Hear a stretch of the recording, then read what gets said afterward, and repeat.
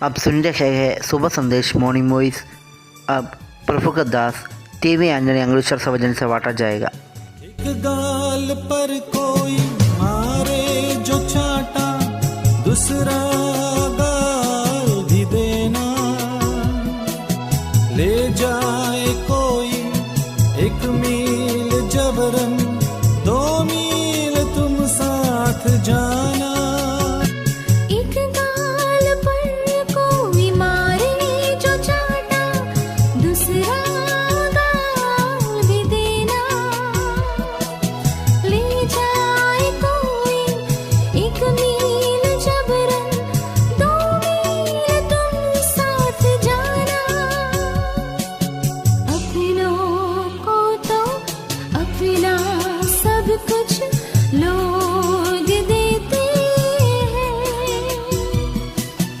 दुश्मन पर भी सब कुछ लुटाना मसीहा सिखाते हैं। अपनों को तो अपना सब कुछ लोग देते हैं, दुश्मन पर भी सब कुछ लुटाना मसीहा सिखाते हैं। जय मसीह की। सुबह संदेश की द्वारा परमेश्वर की वचन जो सुनता है, सभी सुनने वालों को हमारा हार्दिक स्वागत है। आज का मनन के लिए आमोस की किताब 2 अध्याय की कलम 6, आमोस चैप्टर 2 वर्स 6। यहोवा यूं कहता है, इसराइल के 3 क्या वरन 4 अपराधों के कारण मैं उसका दंड ना छोड़ूंगा, क्योंकि उन्होंने निर्दोष को रुपयाम के लिए और दरिद्र को 1 जोड़ी जूतियाम के लिए बेच डाला है। प्रभु की नाम की महिमा हो। आमोस की किताब में शुरुआत से हम देखेगा तो पहले अध्याय में अन्य जातियों का, जो परमेश्वर का विरोध में आते हुए अन्य जातियों का न्याय के बारे में हम देख सकते हैं। 2 अध्याय का 6 कलम से हम देखेगा तो इसराइल पर दंड के बारे में हम देखते हैं। इसराइल लोग परमेश्वर को छोड़ देने का कारण से ये लोगों को दंड देते हैं। इसराइल लोग इसराइल में पहुंचने से पहले कानानी लोग वहाँ रहते थे, लेकिन वो लोग अलग अलग पाप लोग करते थे। लेकिन वो लोगों को हरा कर वो जगह इसराइल लोगों को दिया। थोड़े समय के बाद में इसराइली लोग वहाँ रहने के लिए शुरुआत किया, और थोड़ा समय के बाद में जो कानानियों जो करते हैं इसी प्रकार का पाप ये लोग भी करने लगा। उसमें हम देखेगा तो मनुष्यों में कोई फर्क हम देख नहीं सकता है। हम कानानी लोगों के बारे में देखते हैं, लोग बहुत पाप परमेश्वर का विरोध करते थे, जैसे अभी तो इस्राएली लोग करने के लिए शुरू किया। इसलिए परमेश्वर का क्रोध कोप ये लोगों को ऊपर आई। हम इसमें इसी प्रकार पढ़ते हैं, यहोवा यूं कहते हैं, इसराइल के 3 क्या वरन 4 अपराधों के कारण मैं उसका दंड ना छोड़ूंगा, क्योंकि उन्होंने निर्दोष को रुपयाम के लिए और दरिद्र को 1 जोड़ी जूतियाम के लिए बेच डाला है। जैसे इसराइल में रहते हुए कानानी लोग कैसे करते हैं, उसी प्रकार इसराइल लोग करने लगा है। ये बातों को हम दे सकते हैं। हम उत्पत्ति की किताब में 37 अध्याय की 28वीं कलम में हम इसी प्रकार पढ़ते हैं, तब मिद्यानी व्यापारी उधर से होकर उनके पास पहुँचे। अतः यूसुफ का भाइयों ने उसको उस गड्ढे में से खींच के बाहर निकाला और इस्माइलियों के हाथ चांदी के 20 टुकड़े में भेज दिया, और वे यूसुफ को मिस्र ले गया। यहाँ हम देखते हैं निर्दोष को जो रुपयों के लिए बेच डाल देता है, ये बात को यहाँ भी हम दे सकते हैं। यूसुफ तो बहुत अच्छे एक भाई था, लेकिन अपने भाइयों के अंदर उसका विरोध आ गया।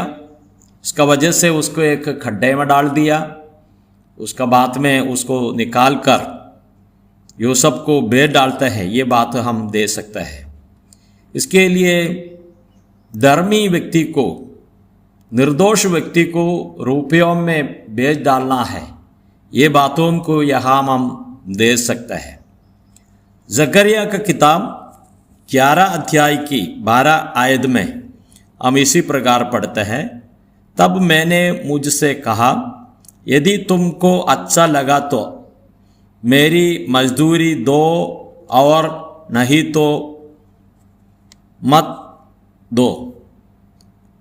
तब उन्होंने मेरी मजदूरी में चांदी के 30 टुकड़े तोल दिए। यहाँ हम देखते हैं, और मजदूरी यहाँ हम देखते हैं कि चांदी के 30 टुकड़े और तोल दिया है। ये बात तो हमारा प्रभु यीशु मसीह का क्रूस का मृत्यु का थोड़ा समय पहले हम दे सकते हैं। यहूदा इसी प्रकार 30 सिक्कियां को प्रभु यीशु मसीह को बेच डाला है, ये बातों को हम दे सकते हैं। प्रभु यीशु मसीह के लिए जो कीमत ये लोग लगा है 30 रुपया, ये बातों को हम इसमें हम दे सकते हैं। और चांदी के 30 टुकड़े का भाव लोग प्रभु यीशु मसीह को दिया है। इसलिए मत्ती का सुसमाचार 24वें अध्याय की 15 आयत में हम इसी प्रकार पढ़ते हैं, यदि मैं उस तुम्हारे हाथ पकड़वाया दूँ तो मुझे क्या देगा? उन्होंने उसे 30 चांदी के सिक्के तोल कर दे दिए। हम देखते हैं कि यहूदा इस्करियोत को 30 और चांदी का टुकड़ा इन लोगों को दे दिया है। इसी प्रकार हम पढ़ते हैं। तो प्रभु यीशु मसीह का भाव, उसका जो पैसा 30 चांदी का टुकड़ा है, वो उसने लेकर और चला गया है।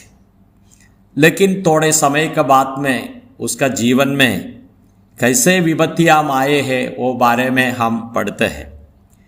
प्रेरितों का काम 1 अध्याय के 18 आयत में उसने अधर्मी के कमाई से एक खेत मोल लिया और सिर के बल गिर के और उसके पेट फट गया और उसकी सब अंधड़ियाँ निकल पड़ी। यहाँ हम देखते हैं उसको आए हुए हैं, जैसे विपत्ति को हम दे सकते हैं। निर्दोष व्यक्ति को बेच डालने का वजह से जो हुआ है, ये बात को यहाँ हम देखते हैं। प्रभु यीशु मसीह निर्दोष होकर इस जगत में आए, एक भी पाप किया नहीं है, वो निर्दोष है। लेकिन हमारा पाप का जो सजा है प्रभु यीशु मसीह लेने के लिए आए हैं। यहूदा इस्करियोत तो इसी प्रकार प्रभु यीशु मसीह को बेच डाला है, और उस बेचने का वजह से हमारे पाप का निवारण के लिए परमेश्वर ने नियुक्त किया व्यक्ति है प्रभु यीशु मसीह। हम परमेश्वर को धन्यवाद स्तुति करेंगे। निर्दोष है हमारा प्रभु, निष्कलंक है हमारा प्रभु। अंदर बार कोई भी प्रकार की पाप का बात हम देख नहीं सकता है। प्रभु यीशु मसीह ये सारे बातें प्रभु सह लिया। हम इस समय पर सूली का उधर हम देखते हैं।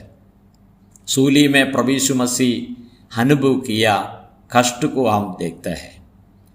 हम देखते हैं कि और उसका सिर के ऊपर कांटों का मुकुट रखे हुए, दोनों टाकुओं का बीच में प्रभु यीशु मसीह को गिना दिया। प्रभु यीशु मसीह का शरीर में एक भी भाग नहीं है और सभी जगह हमारे लिए घायल हुआ है। वो इतने उसको मारा है और दोनों ठाकुरों का बीच में क्रूस में चढ़ाए। दोनों हाथों में दोनों पैरों में किल्ला मार दिया, पंजर बेदा है, वहां से लहू पानी और बहा। ये सब एक निर्दोष व्यक्ति इसी प्रकार मृत्यु नहीं होना है, लेकिन हमारा कारण से हमको बचाने के लिए प्रभु यीशु मसीह को इसी प्रकार किया है। प्रभु यीशु मसीह सोच समझकर पिता का हाथ में समर्पण किया। जो लोग जो करना है सारे टट्टा मश्करी निंदा अपमान इतना भी नहीं, इतना बड़ा क्रूस का मृत्यु प्रभु यीशु मसीह सह लिया। मरने के बाद में उसको दफनाविधि किया, तीसरे दिन जी उठकर आज स्वर्ग में विराजमान है।